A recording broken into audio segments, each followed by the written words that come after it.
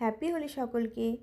আজ ছিল গোয়াতে হোলি, তো আমিও কিন্তু রেডি হয়ে পড়েছি। সকাল সকাল পুজো দিয়ে তারপর আমি আমার কৃষ্ণাজিকে হোলি মাখিয়ে তার কাছ থেকে নিজেও হোলি মেখে তারপর মহল্লার সকলকে আমি কিন্তু হোলি মাখিয়ে এসেছি।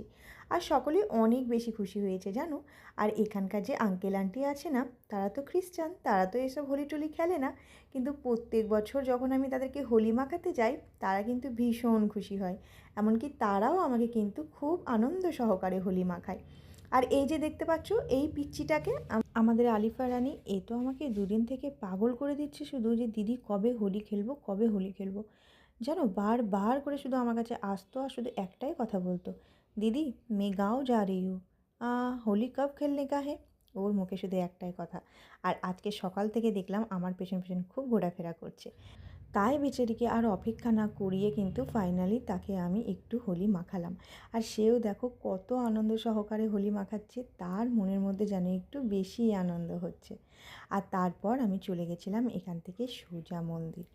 আমি কিন্তু প্রত্যেক বছরই হোলিতে আমি এই মন্দিরটাতে যাই। আর তাছাড়া এই মন্দিরটার ভিডিও কিন্তু তোমরা আসলে অনেকবারই দেখেছো। এই মন্দিরে আমি প্রায় আসি, কেন জানি না, এই মন্দিরে এসে কিন্তু আমার ভীষণ ভালো লাগে। একটা মনের ভিতর শান্তি, সে যে কোনো মন্দিরে গেলেই আমার মনে শান্তি হয়, কিন্তু এই মন্দিরটা এলে যেন একটা আলাদা রকম শান্তি পাওয়া যায়। তারপর পূজা আর্চা শেষ করলাম। আর এখানে গিয়ে দেখলাম আজকে কিন্তু কেউ ছিল না, অন্যবারে কেউ না কেউ থাকে।